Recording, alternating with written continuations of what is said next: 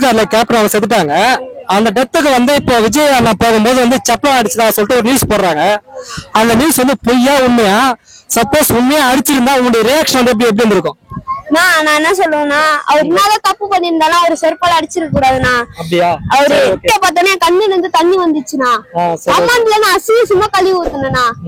நான் அவன் செருப்பால அடிச்சு நான் பார்த்தேன்னா, நான் என் 2 சப்பளத்துக்கு அவர் தலைமலையா அடிப்பேன். அது உண்மையா இருந்தாலும் அவர் உண்மையா இருந்தாலும் ரசிகர் எல்லாருக்கும் கஷ்டமா இருக்கும்னா, அவர் அசிங்கப்படுத்துற மாதிரி இந்த வீடியோ எடிட் பண்ணிருந்தாங்கன்னா அந்த யூடியூப் சேனல் மேல நான் கம்ப்ளைண்ட் கொடுப்பேன். சரி, சூப்பரா.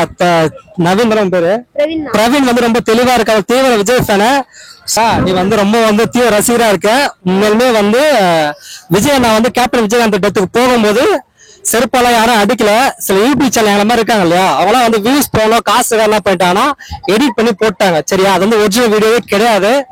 சோ இந்த யூடியூப் சேனல் யாராச்சும் பாக்குறதா இருந்தா நீ வந்து சொல்லி அந்த வீடியோ வந்து பொய் தயவுசெய்து என்ன பார்த்தா பண்ணாதீங்க. என்ன மாதிரி சின்ன பசங்க வந்து இன்ஃபுளுன்ஸ் ஆவான்னு மட்டும் சொல்லு. ஓகேவா? சொல்லு. அது எப்படி நான் சொல்றது, அவங்க உண்மையா கூட நடந்திருக்கலாம். இல்லடா, நான் நிறைய பேர் ரிப்போர்ட்ஸ்